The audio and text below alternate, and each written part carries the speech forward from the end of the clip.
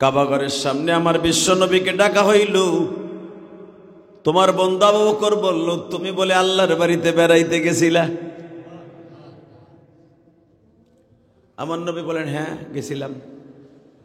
তা আল্লাহর বাড়িতে যাওয়ার সময় কোন দিক দিয়ে হাইটে হাইটে গেছিলা, না একবারে হেনতে ডাইরেক্ট উঠছিলা? আমার নবী শুরু করলেন কোরআনের আয়াত, সুবহানাল্লাযী আসরা বিআবদিহি লাইলাম মিনাল মাসজিদিল হারামি ইলাল মাসজিদিল আকসাল্লাযী বারাকনা হাওলাহু লিনুরিয়াহু মিন আয়াতিনা ইন্নাহু হুয়াস সামিউল বাসীর। কোরআন আয়াত শুরু করলেন। আমি আল্লাহর বাড়িতে বেড়াইতে যাওয়ার 2 দিন আগে আল্লাহ আমার কাছে একটা ক্যাটালগ পাঠাইছে, সুবহানাল্লাযী আসরা বিআবদিহি লাইলাম মিনাল মাসজিদিল হারাম। এ বেঈমান আবু জাহেল, ভাবছিলাম আমারে ধরা খাওয়াই দিবা, মিথ্যা সাব্যস্ত করবা। আমার মালিক আমারে কেমনে কেমনে নিছে আমার কোরআন থেকে বর্ণিত শোনো। সুবহানাল্লাযী আসরা, ওই পবিত্র সত্তা যিনি তামাম পৃথিবীর মালিক। ঠিক না বেঠিক? দুনিয়ার মালিক কে? হ্যাঁ, লজ্জা লাগে মনে হয় কইতে।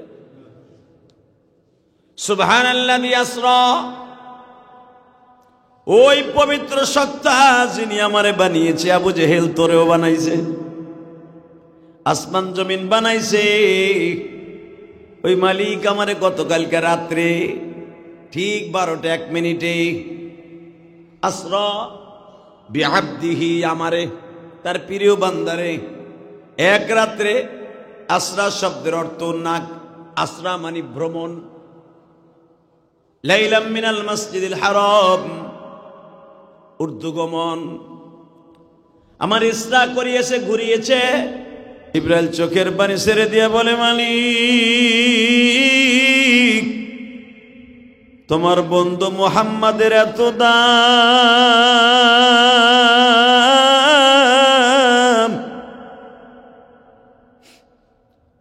এত দাম তোমার নবী,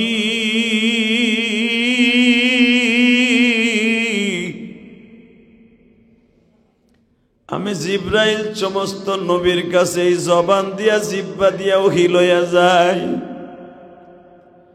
সেই জিব্বাটা তোমার নবীর পায়ের সাথে লাগায় দিব আল্লাহ।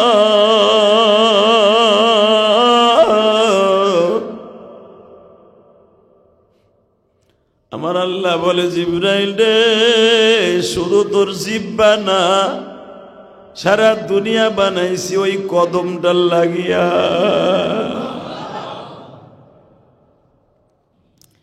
জিব্রাইল নামাজের সূরাতে বসলেন, নবীর ডাইন পায়ের গুরবুনার নিচে জিব্বাটা লাগায় দিলেন। যখন জিব্বাটা লাগায় দিয়ে আস্তে আস্তে করে বাজান নবীর পায়ের মধ্যে স্পর্শ করে, নবী আমার লাফ দিয়ে যেন না উঠে। জিব্রাইল রে আবার মাথার কাছে না লাগাইয়া পার কাছে বসাইছে, মিকাইল রে মাথার কাছে। যখনই আমার নবী পায়ের মধ্যে আঘাত পাইছে, লাফ দিয়ে উঠতে গেছে, মিকাইল নবীরে এইভাবে বুকের মধ্যে চাইপা ধরছে। ফিস ফিস করে নবীর কানে বলে, নবী আমি কিন্তু মিকাইল, পায়ের কাছে জিব্রাইল। নবী আমার আস্তে করে বসে বলে, জিব্রাইল রে, এই সূরাতে তুমি আমি বুঝলাম না, নবী আপনারে কখন কাবা হাতেমে আনছি আপনি জানেন না? কিছুই জানি না। অনেকদিন আমি রাত্রে ঘুমাই না, আজকে একটু রিল্যাক্সে ঘুমাইছিলাম, একটু রিল্যাক্সে ঘুমাইছি রে জিব্রাইল। কারণ গত 2 দিন আগে উতবা বিন রুবিয়া, সাইবা বিন আজওয়ালা, নজর বিন হারেস কাবা ঘরের সামনে আমার গলাটা চিপা ধরছিল। উতবা বিন রুবিয়া নজর বিন হারেস আমার মুখের মধ্যে এতগুলো এক মুষ্টি বালু মাইরা দিছিল।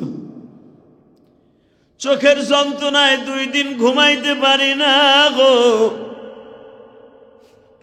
আজকে আমার ফুপির বাসায় ঘুমাইয়াছিলাম, এতটুকু জানি। সঙ্গে সঙ্গে বলে, নবী গো, গত 2 দিন আগে একটা ক্যাটালগ দিয়া গেছিলাম, সুবহানাল্লাযী আসরা বিআবদিহি লাইলাম মিনাল মাসজিদিল হারাম মিনাল মাসজিদিল আকসা বারাকনা হাওলাহু লিনুরিয়াহু মিন আয়াতিনা ইন্নাহু হুয়াস সামিউল বাসীর।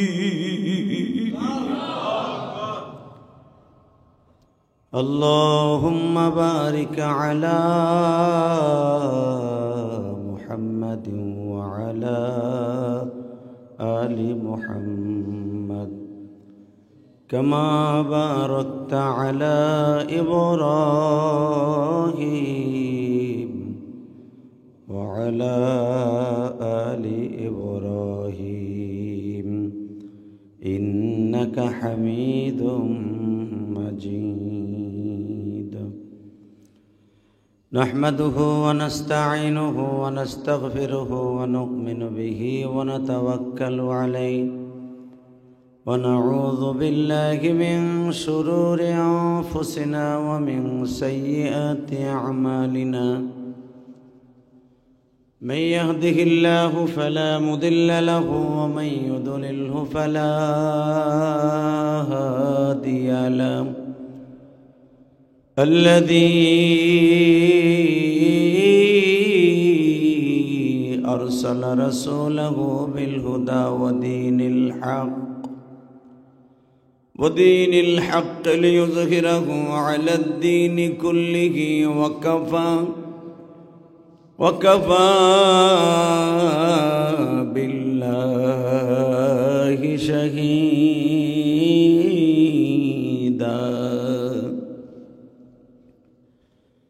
أما بعد فقد قال الله تبارك وتعالى: فأعوذ بالله من الشيطان الرجيم. بسم الله الرحمن الرحيم.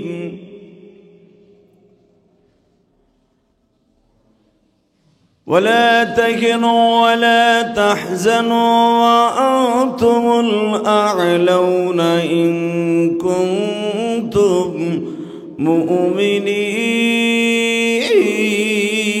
مؤمنين. إن الله وملائكته يصلون على النبي يا أيها الذين آمنوا صلوا عليه وسلموا تسليما. اللهم صل على محمد وعلى آل محمد كما صليت على إبراهيم وعلى آل إبراهيم إنك حميد مجيد. اللهم بارك على محمد وعلى آل محمد كما باركت على إبراهيم وعلى آل إبراهيم إنك حميد مجيد. সকলে বলে আলহামদুলিল্লাহ। আল্লাহ রাব্বুল আলামিন পবিত্র মাহে রজবে তারই ঘরে আগে আগে এসে বসবার তৌফিক দান করেছেন। এই জন্য সকলে একবার বলে আলহামদুলিল্লাহ। قال النبي صلى الله عليه وسلم إذا دخل رجب আল্লাহুম্মা বারিক লানা ফি রজব ওয়া শাবান ওয়া বাল্লিগনা রমাদান।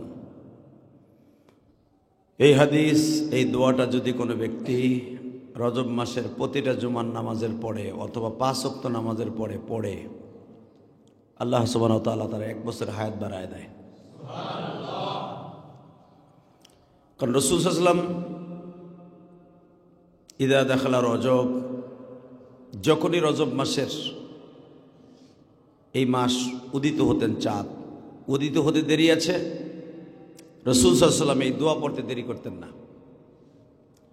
রাসূল আকরাম সাল্লাল্লাহু আলাইহি ওয়াসাল্লাম কোনোদিনও বলেন নাই আল্লাহ রোজার মাস পর্যন্ত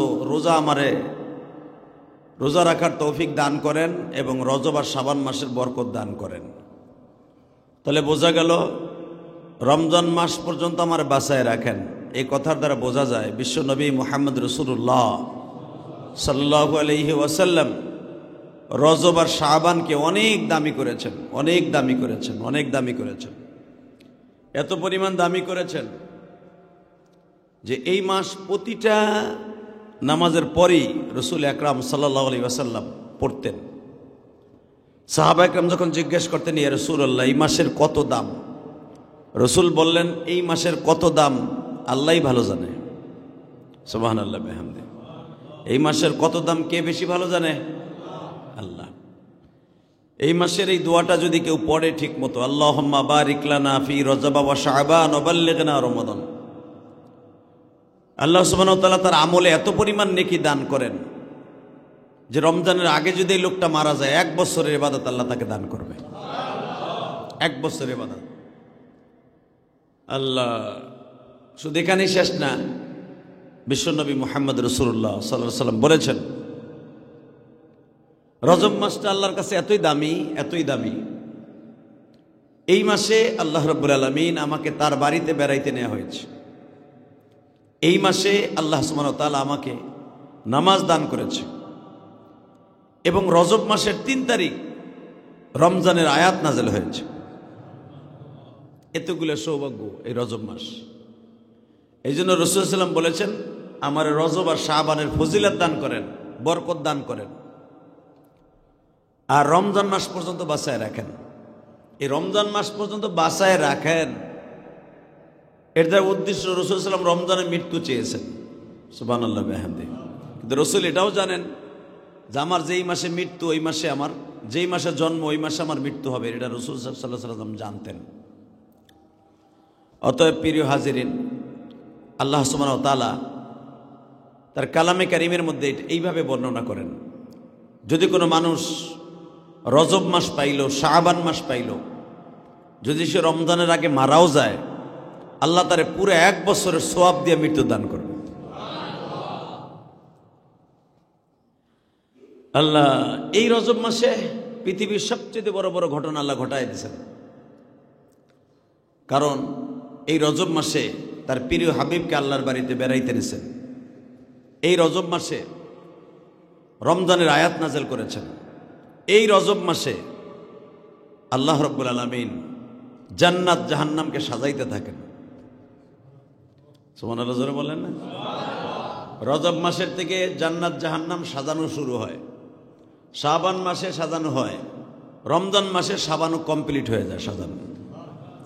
রমজানের 1 তারিখ থেকে জান্নাতের প্রত্যেকটা দরজা কমপ্লিট খোলা হয়ে যায়।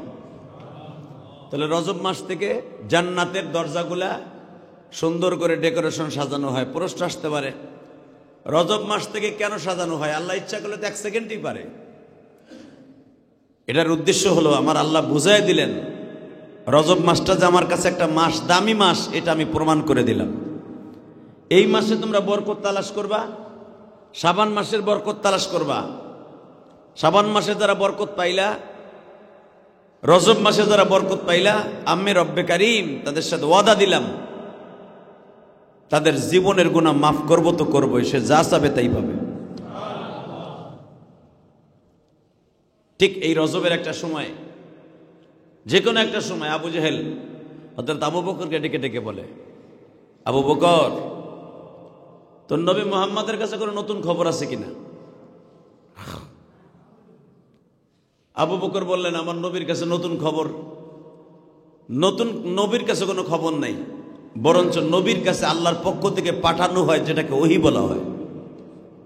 মা ইয়ান্তিকু আনিল হাওয়া ইন হুয়া ইল্লা ওয়াহয়ুন ইউহা। নবীর কাছে নিজের মন গড়া কোনো কিছু আসে না, সব কিছু আসে কোথার থেকে? উপরের থেকে, লৌহে মাহফুজ থেকে আসে। সেটা দুই ভাবে আসে, একটা হলো ইনডাইরেক্ট আর একটা হলো ডাইরেক্ট। যেটা ডাইরেক্ট আসে সেটা হলো কোরআন, আর যারা ইনডাইরেক্ট সেটা হলো গায়রে মাতলু, অর্থাৎ আল্লাহরই কথা কিন্তু নবীর মুখ দিয়ে বের হয়েছে, এই জন্য এটা হাদিসে কুদসি হয়ে গেছে। সুবহানাল্লাহ বিহামদিহি। তো আবু জেহেল জিজ্ঞেস করতেছে তো নবীর কাছে নতুন কোনো খবর আছে কিনা। ঠিক এই মাসের 28 তারিখ, 27 তারিখ দিবাগত রাত্রে, 28 তারিখ সকালবেলা আবু বকর বললেন, আজকে আমার নবীর কাছে একটা নতুন খবর আসছে। সুবহানাল্লাহ জোরে কইলেন। সেই নতুন খবরটা কি? আল্লাহর নবী সাল্লাল্লাহু আলাইহি ওয়াসাল্লাম আল্লাহর বাড়িতে বেড়াইতে গেছিলেন। আরো জোরে কোন আল্লাহর বাড়ি বেড়াইতে গেছিলেন তোর নবী। এটা কেমন কথা কইলি? হ্যাঁ, আমার প্রিয় হাবিব আল্লাহর বাড়িতে বেড়াইতে গেছিলেন। বিশ্ব মানবতার শান্তির দূত নবী মুহাম্মদ রাসূলুল্লাহ সাল্লাল্লাহু আলাইহি ওয়াসাল্লাম আল্লাহর বাড়িতে বেড়াইতে গেছিলেন। এই খবরটা শুইনা আবু জেহেল এক বাক্যে বলে ফেললেন, এটা বিশ্বাসের অনুপযোগী, এটা বিশ্বাসের মতো না। আবু বকর বললেন, এর চাইতে যদি কঠিন কিছু হয় তাও আমি বিশ্বাস করি। আল্লাহু আকবার, আল্লাহু আকবার। আবু বকর বললেন, এর চাইতে যদি কঠিন কিছু হয় তাও বিশ্বাস করি, তবে ঘটনা কি ঘটছে আমি জানি না, তবে রসুল আল্লাহর বাড়িতে বেড়াইতে গেছিলেন আমি এতটুকু জানি, আল্লাহর সাথে দেখা করে আসছে। আবু জেহেল এই কথা শুই না পুরা মক্কায় ঢোল পিটেছে, ঢোল। তোমরা কে কোথায় আসো? বাড়িতে আসো। কেন? গ্রামের বাড়িতে আসো, বাক্কা শহরে আসো। সবাই চলে আসলো রাতারাতির মধ্যে। 28শে রজব কাবাঘরের সামনে শয়তান হাজার হাজার মানুষ সমাবেত করলো, করে আজকে একটা সুন্দর সুযোগ পাইছে, মুহাম্মদরে আজকে পাগল সাজাবো, পাগল। মুহাম্মদ একজন কাযযাব, আসাধ্য দরজার মিথ্যাবাদী, এটা প্রমাণ করব। মুহাম্মদ সবচেয়ে বড় যে একটা বাটপার, এটা প্রমাণ করব। হ্যাঁ, নাউজুবিল্লাহ জোরে কান। সুযোগ একটা পাইছে, সুযোগ আর পায় না, আজকে পাইছে। এতদিন চেষ্টা করছে, পায় নাই। কারণ আজকে কেন তারে মিথ্যা সাব্যস্ত করবে? দুইটা কারণ আছে। কয়টা? আজকে আবু জেহেলের শক্তি অনেক বেশি। এক নম্বরে আমার নবীরে যে শেল্টার দিয়ে রাখতো, নবীর প্রাণ প্রিয়তমা বিবি মা খাদিজা মারা গেছে। 2 নম্বরে মক্কার ভিতরে সবচেয়ে নবীর বড় বন্ধু যিনি ছিলেন আবু তালেব, সেও মারা গেছে। এখন মক্কায় নবীর 2টা ডাল, দুটোটা ডাল ভেঙে গেছে। যেই ডাল 2টা ধরে নবী মক্কার ভূখণ্ডে দাওয়াত ও তাবলীগের কাজ করেছে, দুটোটা ডাল ভেঙে গেছে। আল্লাহ, দুটোটা ডাল যখন ভেঙে গেছে, আবু জেহেলের সুযোগ পাইছে, আর নবী মুহাম্মদ একটা নতুন একটা কথা কইছে, আল্লাহর বাড়িতে বেড়াইতে গেছে। এটা আশ্চর্য কথা। কোনো মানুষ আল্লাহর বাড়িতে বেড়াইতে যাবে এটা তো সম্ভবই না। এবং তারা জানো, তাওরাত কিতাবে ঘটনা আছে, মুসা আলাইহিস সালাম আল্লাহরে দেখতে চাইছে, দেখতে পারে নাই। আর মুহাম্মদ আল্লাহর বাড়িতে যে দেখতে আইছে, এটা কেমন কথা হইলো? এটা তো বিশ্বাসের করাই যায় না। সুযোগ পাইছি আজকে ওর মিথ্যা সাব্যস্ত করার জন্য যা কিছু দরকার সব করব। এমনকি বড় বড় লিডার মক্কার সবগুলারে রেডি রাখছে যে মুহাম্মদ যদি সত্যিকারে খবর না দিতে পারে যে আল্লাহর বাড়িতে গেছে, কোন কোন জায়গায় গেছে, তাহলে মুহাম্মদের এমন মাইট দিমু, জীবনের তেরে শেষ করে দেব। আমার নবীরে কেউ মারতে পারবে? জোরে কোন, আরো জোরে।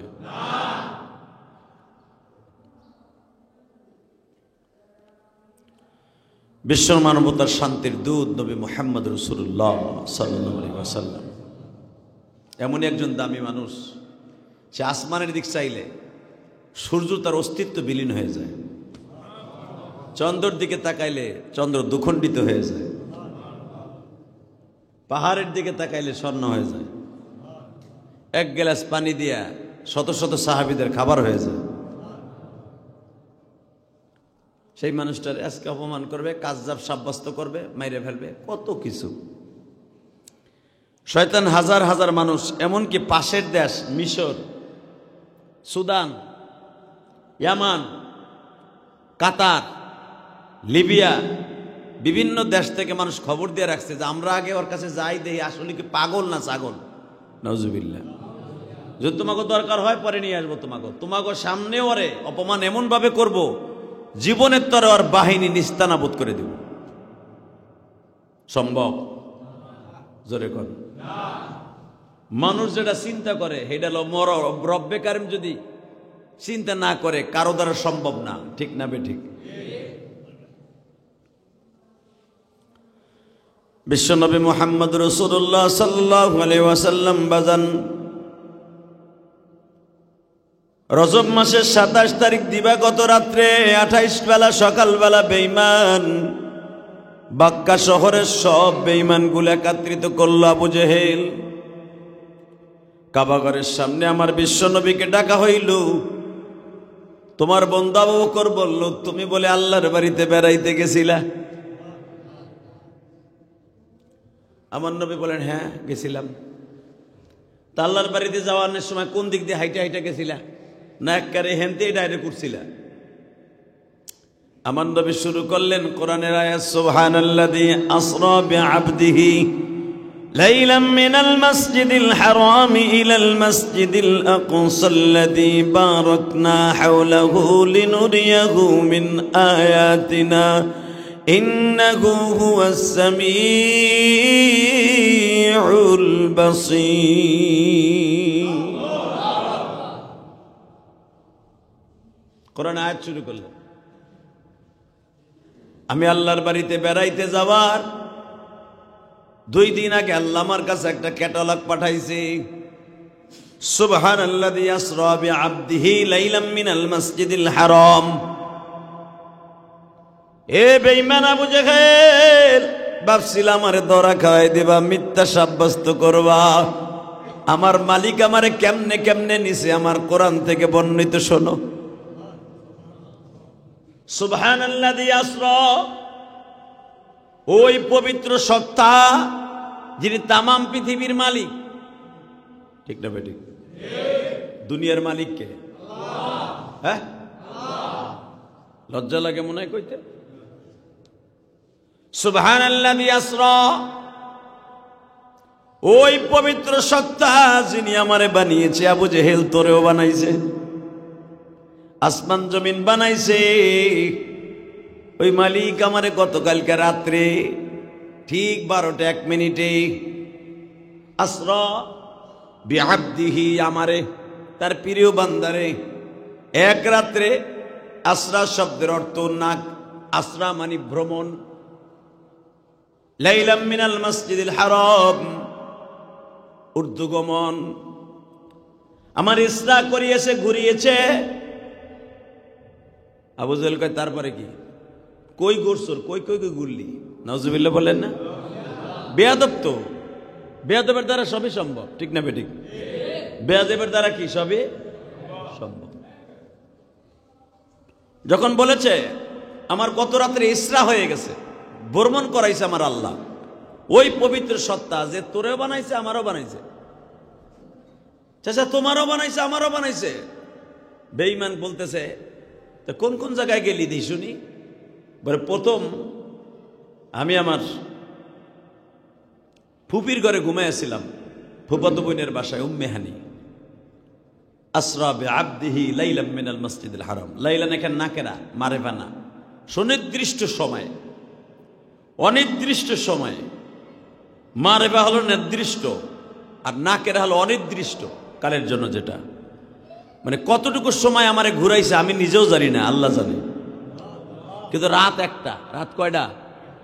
রাত একটা ঘুরাইছে আমারে 27,000 বছর।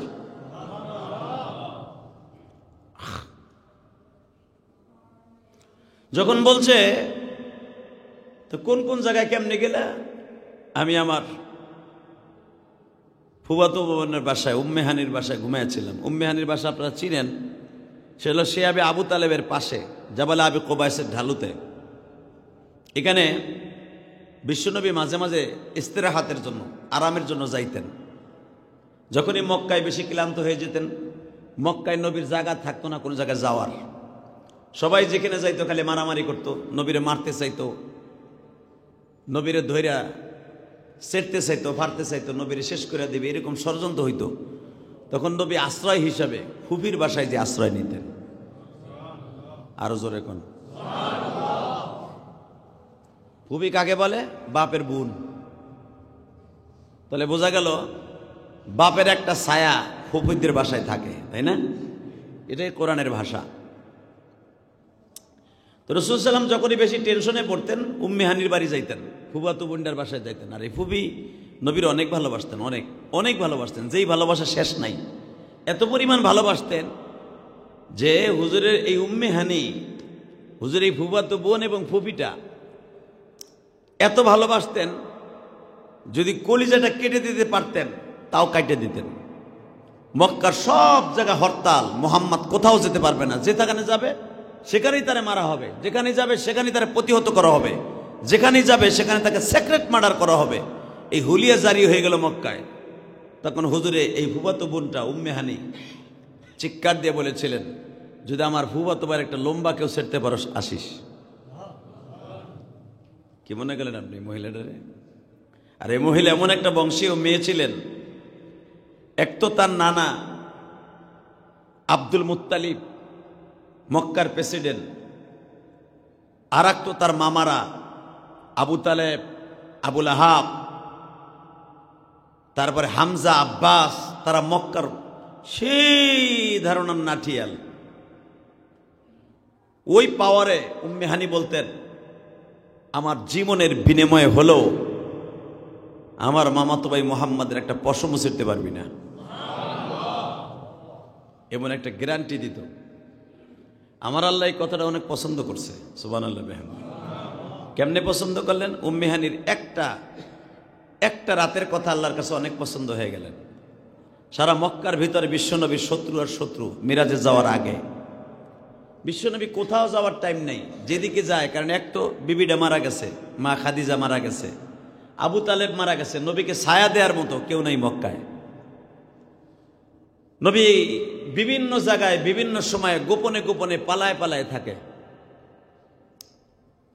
উম্মে হানি বলে দিলেন এবং হুজুরের ফুফি বলে দিলেন, বাবা আমার জীবনের বিনিময় হলো তোমার গায়ে একটা লগের টোকা কেউ দিতে পারবে না, তুমি আমার বাসায় চলো।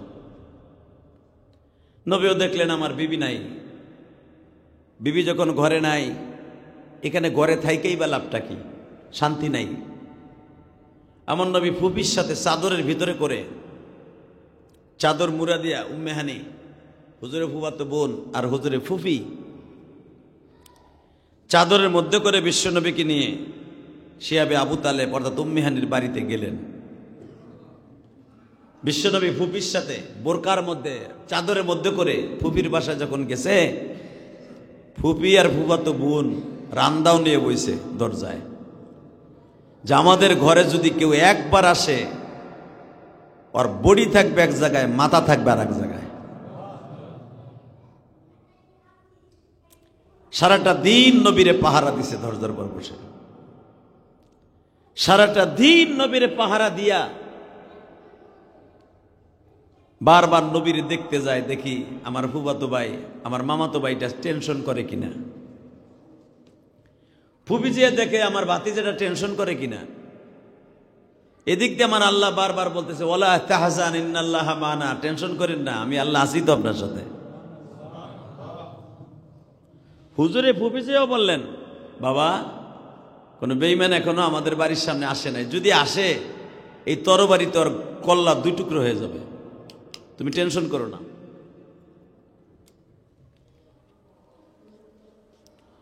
উম্মে হানির বাড়ি থেকে কেন আল্লাহ তার বাড়িতে বেড়াইতে নিলেন? এখানে একটা মওজা ইস্তেশাদ। ইচ্ছা করলে আল্লাহ অন্য জায়গাতে নিতে পারতেন, অথবা প্রথম শ্রেণী বলতে পারতেন কাবা হাতিমে শুয়ে থাকেন, ওখান থেকে আমি নিয়ে আসবো। কিন্তু এই ফুপিটার ফুফাতো বোনের বাসার থেকে কেন নিলেন? এখানে সলে মুকদ্দার জব হলে এটা উম্মে হানি নবীকে এতই ভালোবাসতেন যে রসুল যদি রাস্তা দিয়ে হাইটা পায়ে একটা কাটা ফুটতো উম্মে হানি ব্যথা পাইত। আরো জোরে কোন, আরো জোরে। এমন ফুফু কয়জনের আছে কোন? বাংলাদেশে এমন ফুফু আছে বাতিজাগর সম্পদ মাইরে খাওয়ানোর লেগে ঘুরে বেড়ায়, ঠিক না বেঠিক? হালাকে ফুফুটা কিন্তু এক রাওয়ায়াত আছে তখনও উম্মে হানি কালেমা পড়ে নাই। কালেমা পড়ার আগেই তার ভাতিজাটারে জীবনের চাইতে বেশি ভালোবাসে। আর এক রাওয়ায়াত আছে উম্মে হানিও কালেমা পড়ছে, হুজুরে ফুফিও কালেমা পড়ছে। বা ইখতিলাফ, যদি কালেমা না পড়ে থাকে বুঝেন কাফের অবস্থায় ভালোবাসার গভীরত্ব কত। এই ভালোবাসার খাতিরে কালেমা না পড়ার কারণেও তার বাড়ির থেকে আল্লাহর বাড়িতে বেড়াইতে নিছে। আর যদি কালেমা পড়ে থাকে তাহলে উম্মে হানির জন্য আল্লাহ জান্নাতের প্রতিটা দরজা খুলে দিছে। আরো জোরে কোন।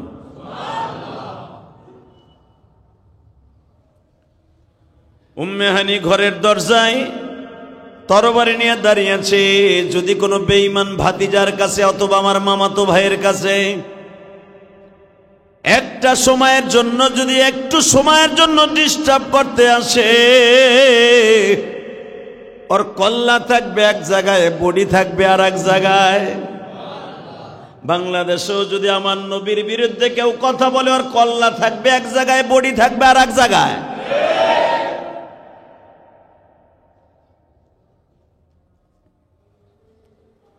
হঠাৎ করে হুজুরে ফুপি ইশারের নামাজের আগ দিয়া নবীর জন্য খাবার লয়ে গেছে। তাফসিরে মারুফুল কোরআনে দেখলাম সূরা বনী ইসরাঈলের তাফসিরে আসছে, খাবার নিয়ে গেছে, নবী আমার খায় না, খালি চোখ দিয়ে পানি পড়ে। উম্মে হানি জিজ্ঞেস করে, বাবা আপনার কি টেনশন লাগতেছে? আপনার কি অনেক টেনশন লাগতেছে? নবী বলে, ফুপি আমার কোনো টেনশন নাই, তবে ভাল লাগে না আমার উম্মাতগুলো এইভাবে আমার চিনল না, কিন্তু যে সময় চিনবো সেই দিন আমি নবী আর থাকবো না। উম্মে হানি বলেন, বাবা আমি তোমার দরদ বুঝি, তোমার কষ্টটা বুঝি, তোমার মালিকও তোমার কষ্ট বুঝে।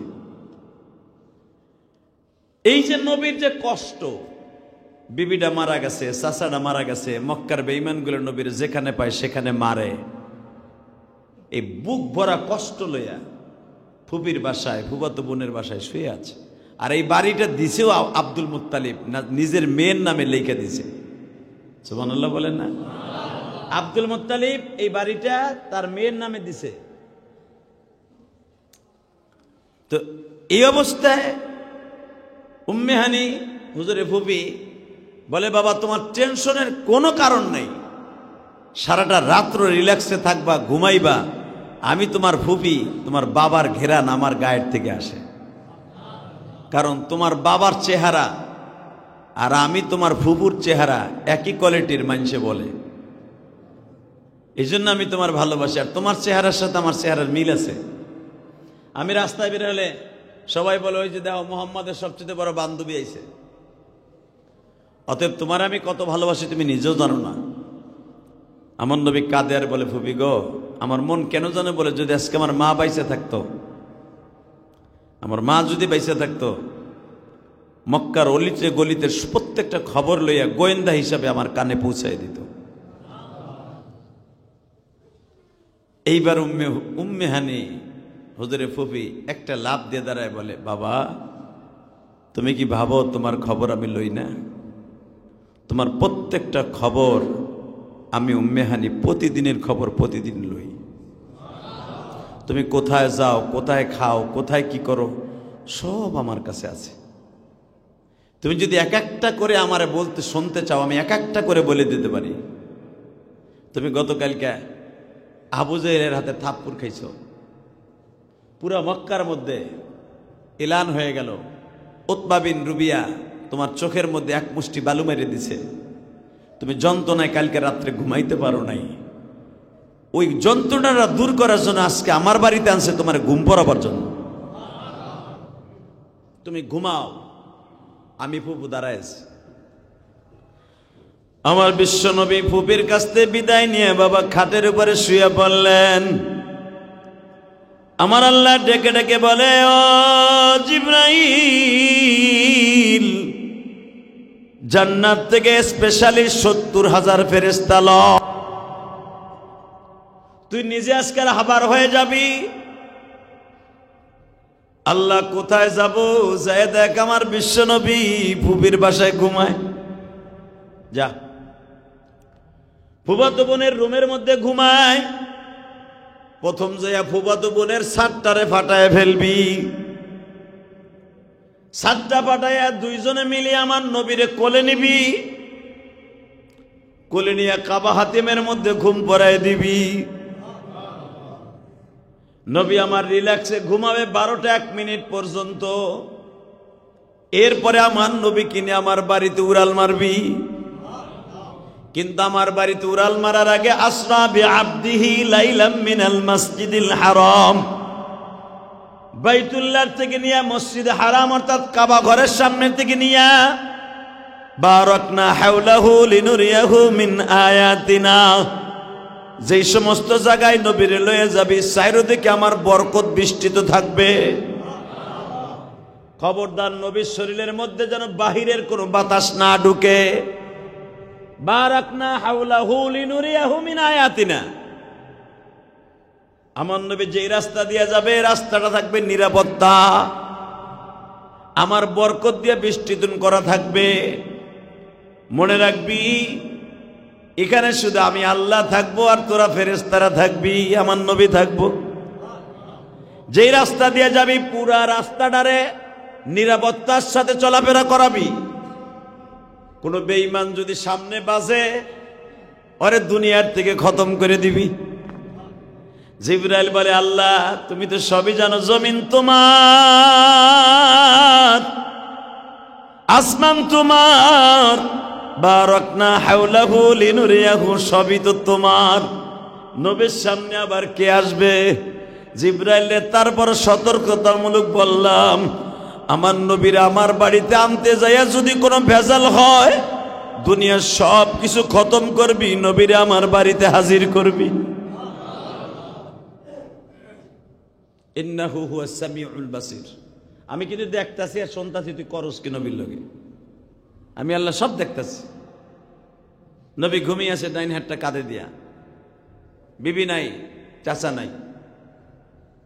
ইন দি মিন টাইমে জিবরাইল হুজুরের মাথার কাছে দাঁড়ানো, মিকাইল পার কাছে দাঁড়ানো। নবী আমার আরামে ঘুমাচ্ছে। জিবরাইল আল্লাহরে জিজ্ঞেস করে, আল্লাহ উডামু কেমনে? আল্লাহ বলে উড়ান যাবে না, নবী ঘুমাবে এইভাবে কোলে করে নিয়ে কাবা হাতিমে ঘুম পড়াবি। ছোট বাচ্চা এক খাটে ঘুমাইছে, অন্য খাটে নিলে কিন্তু বাচ্চা ঠিকও পায় না যে কখন তার বারান্দার থেকে ঘরে নিয়ে গেছে, ঠিক না? ঠিক আমার নবীর ঘুমটা মিরাজের রাত্রে এরকমই। জিবরাইল কোলে নিছে, মিকাইল পার কাছে ধরছে, 70,000 ফেরেশতা বারাকনা হাওলাহু লিনুরিয়াহু মিন আয়াতিনা। 70,000 ফেরেশতা পুরা জায়গাটারে আমানতের সাথে একবারে নিরাপত্তার সাথে এমন ভাবে আল্লাহর বরকত দিয়ে সাজাইছে যে নবীর গায়ে কোনো গজবের আবহাওয়া স্পর্শ না করে। উম্মে হানির ঘরের থেকে কাবা হাতিমের মধ্যে শোয়াই দিলেন। কাবা হাতিমে নবী ওইখানে ওইভাবেই ঘুমাইতেছে। জিবরাইল কখন নবীরে কাবা হাতিমে নিয়েছে নবী নিজে বলতেও পারে না। এর দ্বারা বোঝা যায় নবী গায়েব জানতেন না, গায়েব জানলে বলতে পারতেন। কাবা হাতিমে ঘুমাচ্ছে বিশ্ব নবী। ইন দি মিন টাইমে রাত যখন 12টা 1 মিনিট বাজছে, আল্লাহ কোরআনে বলেন, জিবরাইল নবীর এখন জাগ্রত কর, কারণ আমার নবীরে আমার বাড়িতে আনবো জাগ্রত অবস্থায়, কোনো ঘুমের অবস্থায় না। এই জন্য কোন কোন ইমাম বলেন রসুলকে ঘুমের ভিতরে মেরাজ করিয়েছেন না, রসুলকে জাগ্রত অবস্থায় সফর করাইছে। সুবহানাল্লাহ বিহামদিহি। জিবরাইল এসে বিশ্ব নবীর পায়ের কাছে দাঁড়ায় আছে, মাথার কাছে দাঁড়িয়ে আছে মিকাইল। 70,000 ফেরেশতা পুরা মক্কা নগরী ঘিরে ফেলেছে। বারাকনা হাওলাহু লিনুরিয়াহু মিন আয়াতিনা, আল্লাহর ঘোষণা, পুরা জায়গাটারে নিরাপত্তা করবি। আমাদের প্রধান উপদেষ্টা বর্তমানে ডক্টর ইউনূস সাহেব যদি এই কেরানীগঞ্জে আসে, বাবুবাজার ব্রিজ সহ তার বাসভবন থেকে নিয়ে গুলশান 2 নাম্বার থেকে নিয়ে বনানী রোড হইয়া ইংলিশ রোড হইয়া একবারে পুরা গুলিস্তান সহকারে মনে একটা কুত্তাও রাস্তায় থাকবো না। কথা বলে না কেন?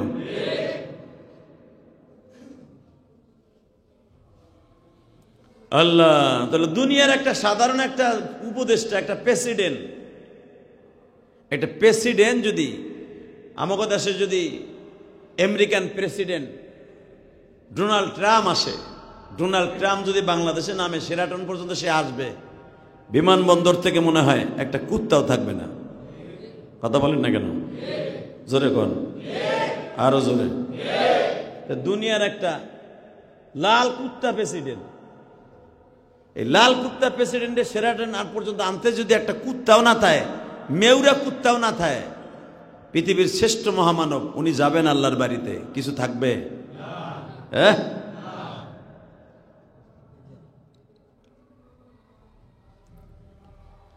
বারাকনা হাওলাহু লিনুরিয়াহু মিন আয়াতিনা ইন্নাহু হুয়াস সামিউল বাসীর।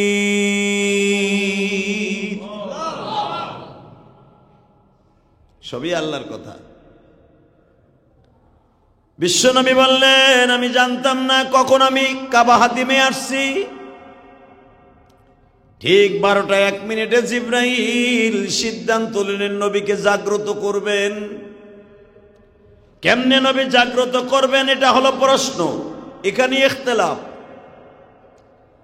জিবরাইলকে আল্লাহ বলে দিয়েছে, ইন্নাহু হুয়াস সামিউল বাসীর, আমি আল্লাহ দেখতাছি, আমার জ্ঞানও আছে, তুই কেমনে আমার নবীর সাথে কি ব্যবহার করস। কারণ আমার বাড়িতে আনতে হইব, চারিদিকে রহমত বরকত থাকবে, তার সাথে কিন্তু এমন কাজ করা যাবে না যে নবী কষ্ট পাবে।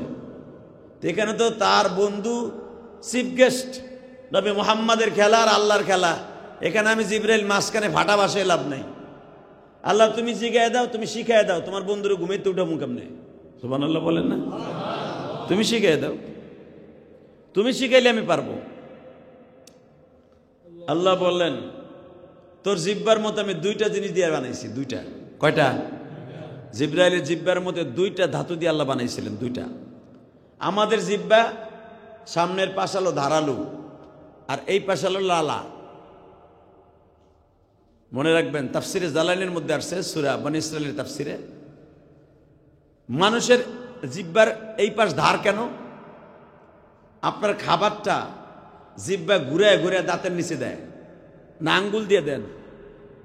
কথা কন না কেন? খাবার গোস্তটা ঢুকাই দিলেন গালে, ওটাকে আঙ্গুল দিয়ে দিয়ে দাঁতের নিচে দেন? এই বড় মেয়ে দেয়, এই বড় মেয়ে। এই বড় মেয়ে এমন একটা কম্পিউটার, এই পাশের মারি আপনার পকে খাইছে ব্যথা, এই পাশ দিয়ে চাবাইতে পারতেছেন না, দাম করে ঘুরলি দিয়া ডাইন পাশে লয়ে আহে। কথা কন না কেন? এই পাশে ব্যথা, উমা, এই পাশে চাবাইতে পারি না, জিব্বাই বুঝে যে এই পাশে তোর ব্যথা, চান্দু একবার ঘুলেন দিয়া বাম পাশে লয়ে আহে। দোনো পাশ ব্যথা, এই চান্দু কায় না রে, দোনো পাশ ব্যথা, কাম হইব না। তখন ও জানে যে কোন জায়গায় হন লাগবো। কথা বলেন না কেন? যেটা আপনার আঙ্গুলে জানে না, কে জানে? কথা কন। যদি আপনি আঙ্গুল দিয়া ডাইন পাশে তা বাম পাশে নিতে চান, এমনি ঢুকাইতে হবো, ঢুকাইয়া ওখানে থুইয়া আর পরে চাবাইতে হবো। কিন্তু উনি জানে কোন জায়গা দিলে তাড়াতাড়ি ফিনিশ হবে। কে শিখাই দিছে? জোরে কন। দেখবেন যারা স্ট্রোক করে তাকে গাল দিয়ে খাওয়ায় না কেন, নল দিয়ে খাওয়ায় কে? এটি তো প্রশ্ন। গাল দিয়ে খাওয়ায় না কি দিয়ে খাওয়ায়? জোরে কন। গাল দিয়া না নল দিয়া? স্ট্রোক করে দেন, তারপরে কোন দিক দিয়ে খাওয়ায়? পিছনে না সামনে? সেদিন বুঝবেন। এই মুসলমানের বলা, স্ট্রোক করা রোগী হসপিটালে থাকলে তার গাল দিয়ে খাওয়ায় না, নল দিয়ে খাওয়ায়। কারণটা কি? তার গালের বাহাদুরি শেষ। কথা বলেন না কেন? এখন তার নলের বাহাদুরি। নল ছাড়া হ্যার পেটে কিচ্ছু যাইব না, আর পেটে না গেলে পুরা ইঞ্জিন ঠান্ডা থাকবো না, আরো স্ট্রোক করে মরবা তাড়াতাড়ি। কারণ পেটে তো আপনার ইঞ্জিন ঠান্ডা রাখতে হবে, এটা নল দিয়ে দাও, আর যে হান দিয়ে পেট কেটে দাও ঢুকাই তুই ওখানে, ওখানে না দিলে তো কাম হইব না, ইঞ্জিন বন্ধ, অফ। পুরা তরে বপ। দেখো আমার মালিক কত কারিগর। তো আপনার আমার জিব্বে হলো, এই পাশ হলো লালা দিয়ে ভরা, এই পাশে কিন্তু নালা নাই। এই পাশটা হলো ধারালো, আপনার খাবারটারে ঘুরাইয়া ফিরাইয়া ধার ধার সাপের আইস্টার মতো, এইটা ধারালো। সাপের কোনো ঠ্যাং নাই, সে হাটে কেটে দিয়ে এত দ্রুত, তার আইস্টারটাই ঠ্যাং। কথা কন না কেন? তার পেটের মধ্যে আইস্টে আছে, যখন হাটে আইস্টেগুলো এমনি খারাপ হয়ে যায়। ওর মতো দ্রুত পৃথিবীতে কোনো প্রাণী চলতে পারে না, সাপ যত দ্রুত চলতে পারে। কিছু কিছু সাপ আছে আল্লাহ ঠ্যাং নাই, কোনো কিচ্ছু নাই, সে এত দ্রুত চলে কেমনে? আল্লাহ তার পেটের মধ্যে এমন কটা ঠ্যাং দিয়ে দিছে, প্রায় ৩,৫০০ ঠ্যাং আছে। আর ৩,৫০০ ঠ্যাং, একটা সাপের ৩,৫০০ ঠ্যাং। হায়াতুল হায়ান কিতাবে দেখেন, এগুলো বানায় যে হাদিস সাহেব কয় না, টাকা কামাইতে বহুত কষ্ট করন লাগে। টাকা যে কামাই লাখ লাখ, এটার পিছনে বহুত মেহনত আছে। আপনি জানতেন যে সাপের প্যাডের নিচে ৩,৫০০ ঠ্যাং আছে? কথা কন না কেন? এই যে মাগ না জানলেন, কয়টা দিছেন আমারে? ৩,৫০০ থেকে ৪,০০০ ঠ্যাং আছে একটা সাপের। ও যখন হাঁটে, ওই ঠ্যাংগুলাকে পাহাড় বলো, পর্বত বলো, নদী নালা বলো, কিভাবেও সাঁতরায় যায়। পানি বলো, পাহাড় বলো, কত দ্রুত একটা সাপ উঠে যায়। এই পিলার দিয়ে কেমনে ধাম ধাম করে উঠে যায়, কই ওর ঠ্যাং কই? পুরা দিয়ে সোজা সোজা না, উনি জন্য এটা খাড়া করে, তখন ৩,৫০০ ঠ্যাং একসাথে কাম করে। সুবহানাল্লাহ। বউর কাছে যে কই, এখানে কবে বউ খাওয়ান দেবো, তখন সুবহানাল্লাহ কই। আমার মালিক যেখানে যা লাগে তাই দিয়া, সুবহানাল্লাহ কন। উনি এমন একজন কারিগর, যেখানে যা লাগে। মানুষের যদি ৩,৫০০ ঠ্যাং দিত, ৩,৫০০, ওই বেটা হাঁটতো না, বইরেই তো। তাই কর হাঁটবো কয়টা দিয়ে? যদি কইতো না খালি 2টা ইউজ হইব, বাকিগুলো পকেটে নিয়ে ঘুরবি, ও থুইতেও তো জামা লাগতো আরো 30টা। কথা কর না কেন? হ্যাঁ, আমার মালিক কয় তুই লম্বা, ৩,৫০০ দিয়ে দিছি, বাস তুই যেখানে খুশি যেতে পারবি দ্রুত। আর মানুষের 2টা দিছি, ওই 2টা দিয়ে আবার তোর মতো সাপরে পিঠে মারতে 1 সেকেন্ড সময় লাগবে। কথা বলেন না কেন? তোর ৩,৫০০ ওর কাছে অকাইজ, 2 ঠ্যাংয়ের কাছে। আল্লাহ। জিব্রাইলের জিব্বার কোয়ালিটি একটা, আর মানুষের জিব্বার কোয়ালিটি 2টা। কয়টা? 1 নম্বরে হলো আপনার খাদ্য মিহিন করার জন্য।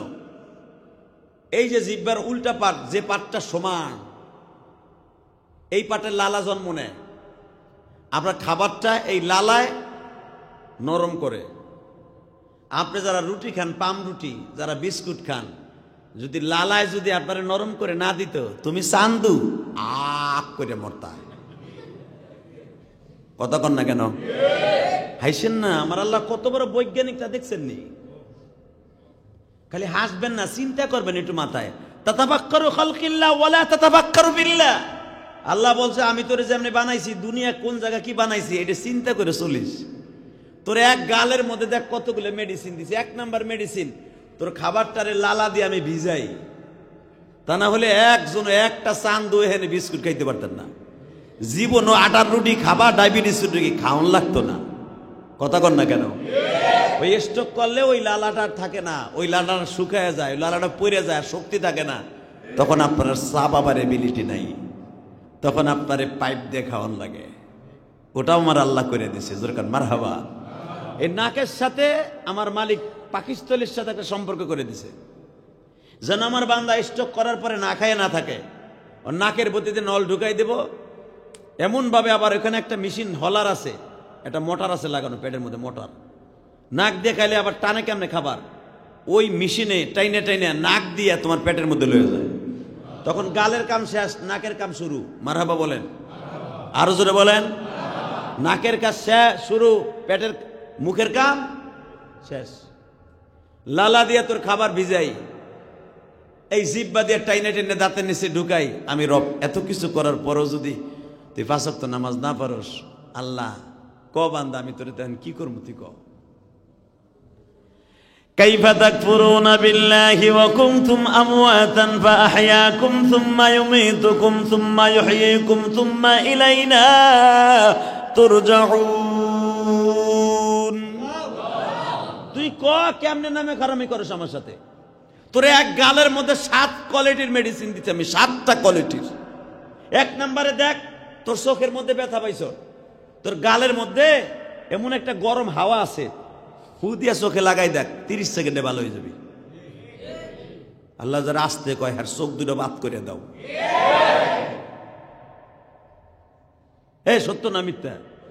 পৃথিবীর এমন কোন মেডিসিন নাই আপনার চোখের ব্যথা দ্রুত ভালো করে দিতে পারে। আপনার গালের গরম হাওয়াটা ফু দিয়া খালি চোখে লাগাই দেবেন, 30 সেকেন্ডে বালা। এমন কোন মেডিসিন জন্ম নেয় না যে 30 সেকেন্ডে আপনার চোখের ব্যথা ভালো করে দিতে পারে। ওই মেডিসিনটা আপনার গালের মধ্যে। কথা বলে না কেন? কেউ যদি আপনার চোখের মধ্যে তেলা উঠছে, তেলা আছে না, তেলা উঠলে ইমাম আবু হানিফা বলেন এবং আবু হানিফা রাহমাতুল্লাহ বলেন এবং হাকিমুল উম্মাত মুজাদ্দিদে জামান, সমস্ত উম্মাতের ডাক্তার, হাকিমুল উম্মাত মানে কি সমস্ত উম্মাতের ডাক্তার, তিনি হলেন আশরাফ আলী থানভী। বেহেশতে জিওরের মধ্যে একটা ঔষধ লেখছে, যদি কারো চোখে কেতর হয়, চোখে ছান্দি পড়ে, চোখে ফুলি পড়ে, ফাকাশাফনা আনকা গিতাআকা ফাবাসারিকা আল ইয়াউমাল হাদিদ, এই আয়াতটা পড়া মুখের মধ্যে থেকে লালালিয়া প্রতিদিন খালি এমনি ডলা দিবেন, চোখের জুতি ভালো হয়ে যাবে। চোখের 1 নাম্বার মেডিসিন আপনার চোখের 1 নাম্বার মেডিসিন আপনার গালের মধ্যে। কথা বলেন না কেন? কারো চোখে যদি ময়লা হয়, ওঠে লাল হয় না, আপনার নিজেরটা নিজে ভাপ দিয়ে গামছার মধ্যে দিয়ে ভাপ দিবেন, 3 দিন দেওয়ার পরে ভালো হয়ে যাবে। আল্লাহ বলে এই কারিগর আমি, তোর মেডিসিন তোর মধ্যে আছে। তো আপনার এই পাশ থেকে লালা জন্ম নেয়, আর এই পাশ থেকে খাবার ঘুরে ঘুরে দাঁতের নিচে দেয়, আর জিব্রাইলের পুরা জিব্বাটাই নরম। কারণ জিব্রাইলে তো খাওয়ান লাগে না, জিব্রাইলের দাঁত আছে, জিব্বা আছে, সব আছে, কিন্তু তার জিব্বাটা আপনার আমার মতো না। তার জিব্বা হলো পুরা আপনার উল্টা পার যেরকম এরকম সরু। রব্বে কারিম বলেন, জিব্রাইল রে, তোর জিব্বাটা আমি কেন এরকম বানাইছি জানো? শুধু একদিন ইউজ করার জন্য, একদিন ব্যবহার করবি, একদিন, এই জন্য বানাইছি। তোরে কোটি কোটি কোটি বিলিয়ন কোটি বছর বাঁচায় রাখবো শুধু একটা দিন, শুধু তোর জিব্বাটা ইউজ করার জন্য। আজকে সেই দিনটা কি করবো আল্লাহ? তোর জিব্বাটা ধারালো থাকতে নবী আমার কষ্ট পাবে, সুরসুরি লাগবে, সুরসুরি। কারণ ধারালো জিব্বা দিয়া চাটা দিলে কষ্ট পাবে। তোর এই সরু জিব্বাটা দিয়া নবীর পার নিচে লাগাই দেয়। তোর আজকে বললাম তোর জিব্বাটা আমি এমনি বানাইছি কেন? জিব্রাইল চোখের পানি ছেড়ে দিয়া বলে, মালিক, তোমার বন্ধু মুহাম্মাদের এত দাম,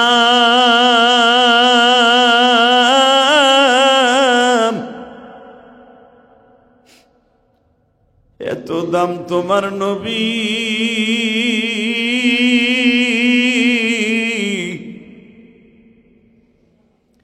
আমি জিব্রাইল সমস্ত নবীর কাছে এই জবান দিয়া জিব্বা দিয়া ওহী লইয়া যায়, সেই জিব্বাটা তোমার নবীর পায়ের সাথে লাগায় দিব আল্লাহ।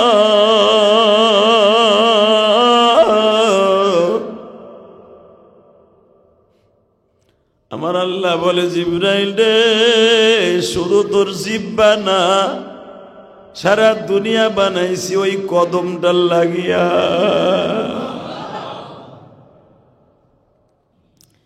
জিব্রাইল নামাজের সূরাতে বসলেন, নবীর ডাইন পায়ের গুরবুনার নিচে জিব্বাটা লাগায় দিলেন। যখন জিব্বাটা লাগায় দিয়ে আস্তে আস্তে করে বাজান নবীর পায়ের মধ্যে স্পর্শ করে, নবী আমার লাফ দিয়ে যেন না উঠে।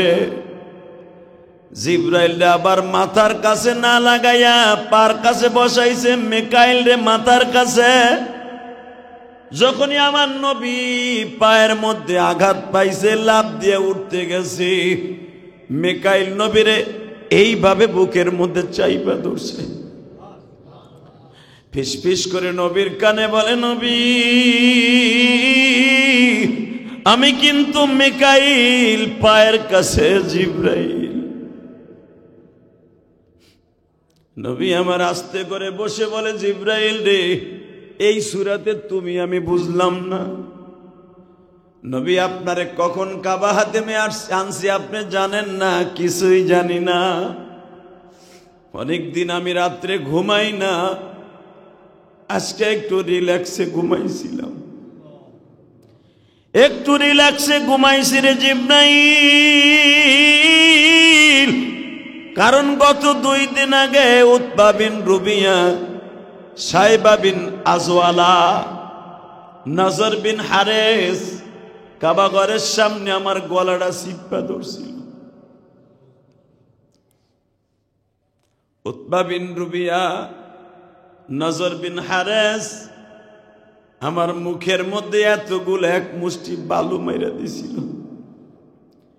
চোখের যন্ত্রণায় 2 দিন ঘুমাইতে পারি না গো। আজকে আমার ফুপির বাসায় ঘুমাইয়াছিলাম, এতটুকু জানি।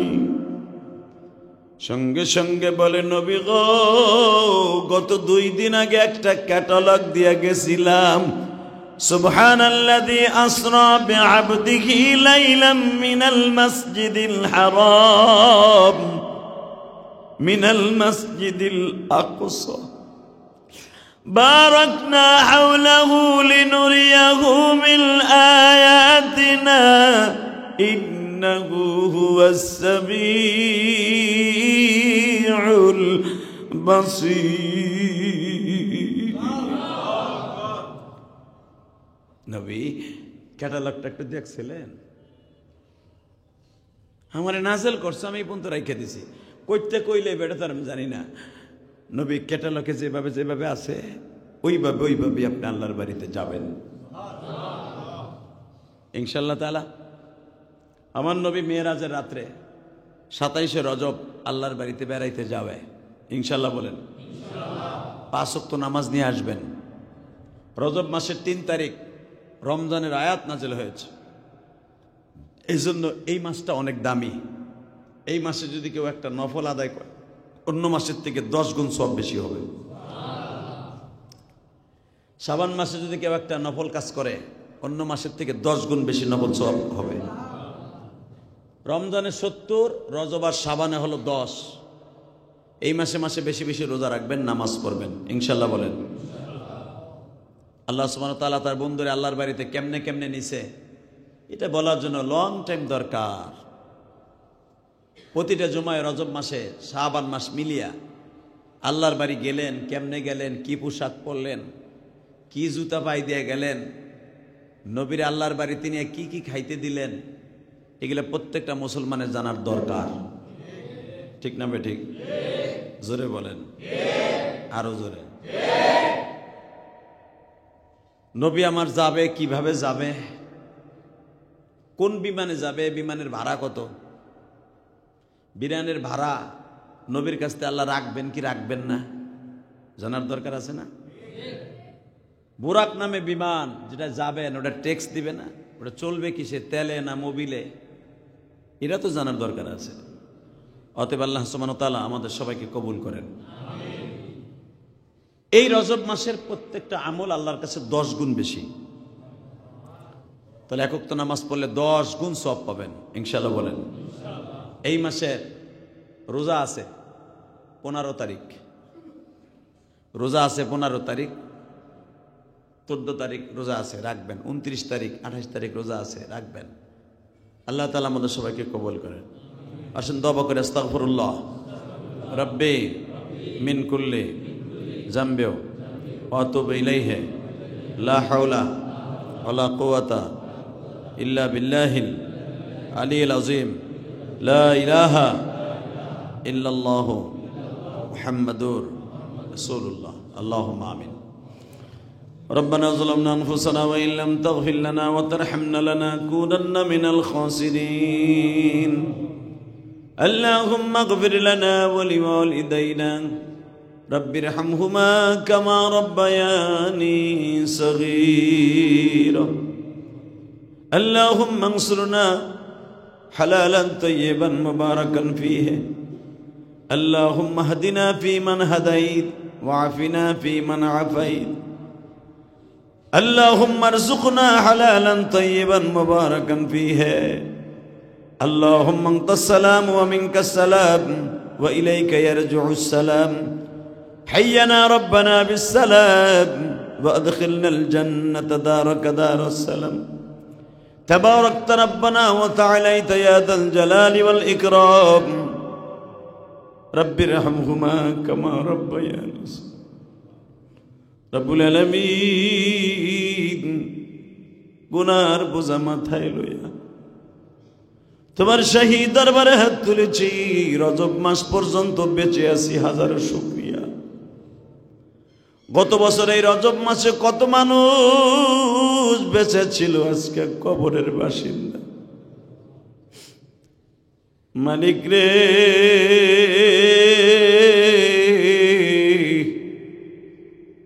কে কোন জায়গায় কোন অবস্থায় আছে কিচ্ছু জানি না মেহেরবানি করে প্রত্যেকের জীবনের গুনাহ মাফ করে দাও আল্লাহ তাআলা যারা আমার সাথে আমিন আমিন বলছে এদের মধ্যে কার যেন জনম দুঃখিনী মা নাই পৃথিবীতে মায়ের মতো দরদি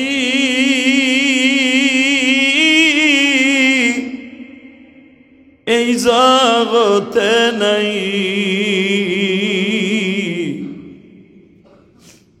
বাবার মতো দরদি এই জগতে নাই